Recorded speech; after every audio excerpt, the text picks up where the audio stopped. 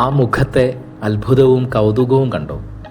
2006 September 29 20 ദിവസത്തെ ബഹിരാകാശ സഞ്ചാരത്തിന് ശേഷം ഭൂമിയിൽ തിരിച്ചെത്തിയ, ബഹിരാകാശത്ത് സഞ്ചരിച്ച ആദ്യ മുസ്ലിം വനിത എന്ന ചരിത്ര പദവി നേടിയ അനൗഷെ അൻസാരി എന്ന ഇറാനിയൻ അമേരിക്കൻ യുവതിയുടെ ചിത്രമാണിത്.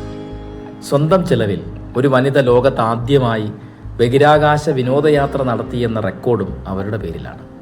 ബഹിരാകാശത്ത് നിന്ന് ഭൂമിയിലെത്തിയപ്പോഴുള്ള അവരുടെ മുഖഭാവം ഒരു സ്വപ്ന ലോകത്ത് നിന്നുണർന്ന പോലെയായിരുന്നു. തൻ്റെ ബഹിരാകാശ യാത്രാനുഭവത്തെക്കുറിച്ച് അവർ പറഞ്ഞ വാചകം ഇങ്ങനെയായിരുന്നു: ബഹിരാകാശത്തു നിന്ന് നോക്കുമ്പോൾ ഭൂമിയിൽ രാജ്യങ്ങളോ അതിർത്തികളോ നാം കാണുന്നില്ല.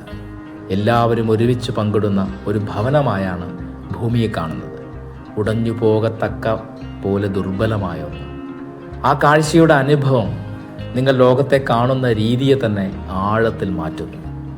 അവർ പിന്നീട് പറഞ്ഞ മേൽവാക്കുകളുടെ സാരാംശം മുഴുവൻ ഭൂമിയിൽ ഇറങ്ങിയ നിമിഷം അവരുടെ കണ്ണുകൾ ലോകത്തോട് വിളിച്ചു പറഞ്ഞ ചിത്രമാണ്.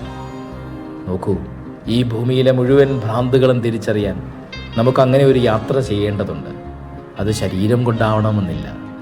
സുന്ദരമായ ഒരു ഏകാന്തതയിൽ ഒരിക്കലെങ്കിലും നക്ഷത്രങ്ങൾ നിറഞ്ഞ രാത്രി ആകാശത്തേക്ക് നോക്കിയിരിക്കണം. മനസ്സുകൊണ്ട് പൊങ്ങി ഉയർന്ന് അകലെ അകലെ നിന്ന് താഴേക്ക് ഈ ഭൂമിയെ നോക്കാം. എണ്ണിയാൽ തീരാത്ത നക്ഷത്രങ്ങളുടെ ലോകത്ത്, അളന്നു തിട്ടപ്പെടുത്താനാവാത്ത പ്രപഞ്ചവ്യാപ്തിയുടെ ഒരിത്തിരി കോണിൽ ഒരു കുഞ്ഞൻ ഗ്രഹം.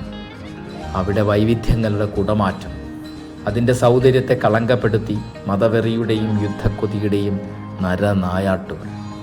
സുഹൃത്തെ, മനസ്സുകൊണ്ടെങ്കിലും ബഹിരാകാശത്ത് പോകാത്തത് മാത്രമാണ് നിന്റെ പല ഭ്രാന്തിൻ്റെയും കാരണം.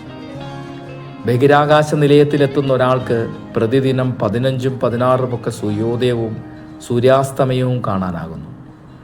മതകഥാപുസ്തകങ്ങളിലെ പരിമിതമായ ദേശവും കാലവും നക്ഷത്ര കണക്കുകളും അവിടെ ആർക്കും വലിച്ചെറിയാതെ തരമില്ല. നാം ഒരു വിശാലമായ പ്രപഞ്ചത്തിൻ്റെ നക്ഷത്ര തുണ്ടമാണ് എന്ന് സ്വയം തിരിച്ചറിയും. അവിടെ ഒരു കാൾസാഗൻ ജനിക്കുന്നു. മനുഷ്യ, വരൂ, ചക്രവാളങ്ങളിലേക്ക് നമുക്ക് പറന്നു ചെല്ലാം. ആശയം അവതരണം രജീഷ് പാലവിള.